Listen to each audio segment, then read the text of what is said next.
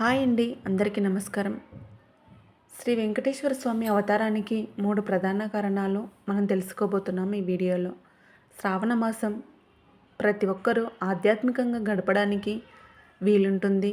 అదేవిధంగా చాలామంది పూజలు ఎంతో చక్కగా ప్రశాంతంగా సబ్కాన్షియస్ మైండ్ పాజిటివ్గా ఉంచుకొని ఈ మాసం మొత్తం ఆ భగవంతుని సేవలో నిమగ్నులైపోతారు. కాబట్టి ఈరోజు ఈ తండ్రి గురించి తెలుసుకుందాం.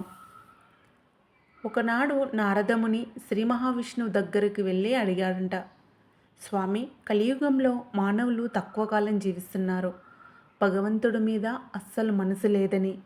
అప్పుడు శ్రీ మహావిష్ణువు ఇలా అన్నారంట, నేను వారి పాపాలను కడగడానికి, వారిని ఉద్ధరించడానికి శ్రీ వెంకటేశ్వరునిగా అవతరిస్తాను.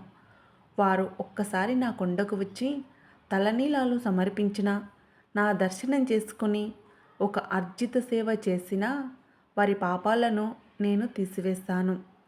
అర్జిత సేవ అంటే కలియుగంలో అశ్వమేధ యాగం చేసినంత పుణ్యం. అసలు కలియుగంలో చేయడం చాలా కష్టం మరియు నిషిద్ధం కూడా.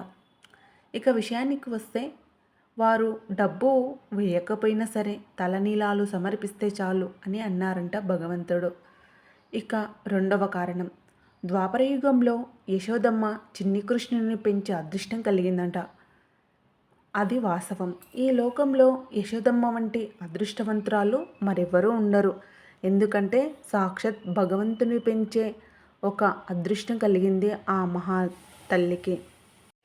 యశోదమ్మ వంటి అదృష్టవంతురాలు ఇక ఎవరూ ఉండరు లోకంలో. యశోదమ్మ అడగకుండా 2-3 సార్లు విశ్వరూప దర్శన భాగ్యం కలిగించాడు ఆ భగవంతుడు.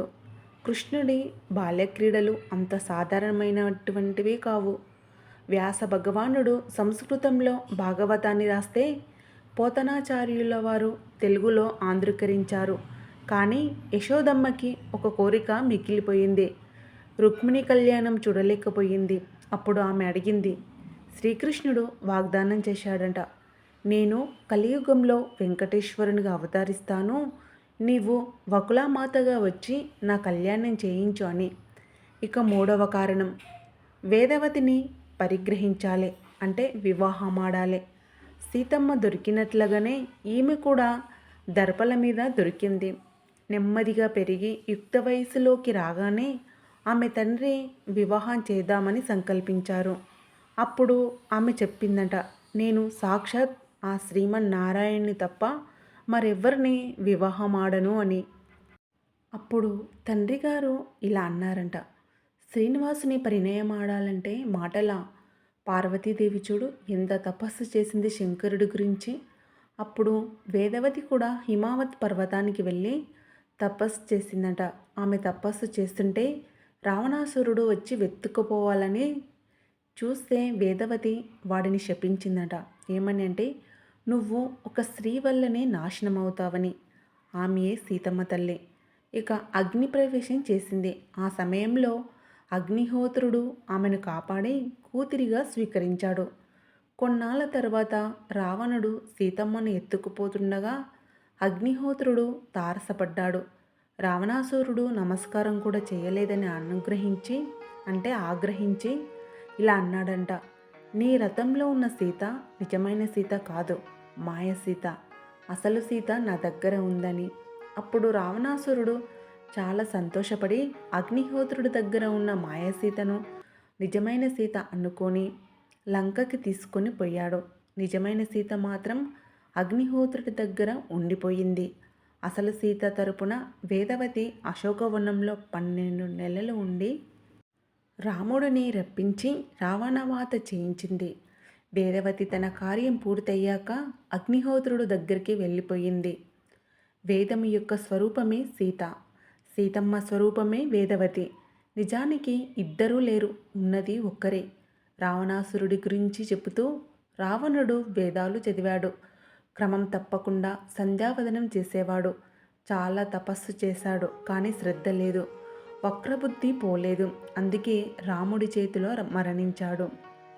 శంకరుడికి చాలా పూజలు చేశాడు, కానీ సీతయే పార్వతి అని తెలుసుకోలేకపోయాడు.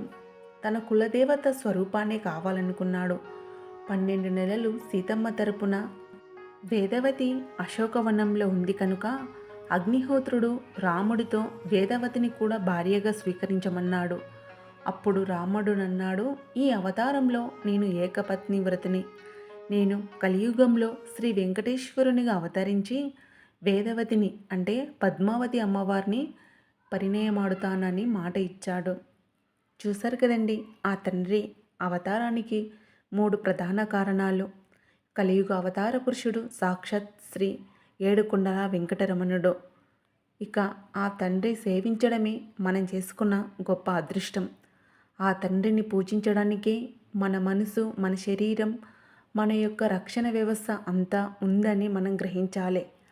ఈ పంచభూతాల సాక్షిగా మనకు జీవం ఉందంటే ఆ తండ్రిని పూజించడమే మరొక్క జీవితానికి అర్థం, పరమార్థం. మరొక జీవితం అంటే మనలో ఉన్న ఆత్మకు. ఇక మా వీడియో కనుక మీకు ఏమనిపించిందో ఖచ్చితంగా కామెంట్ చేయండి.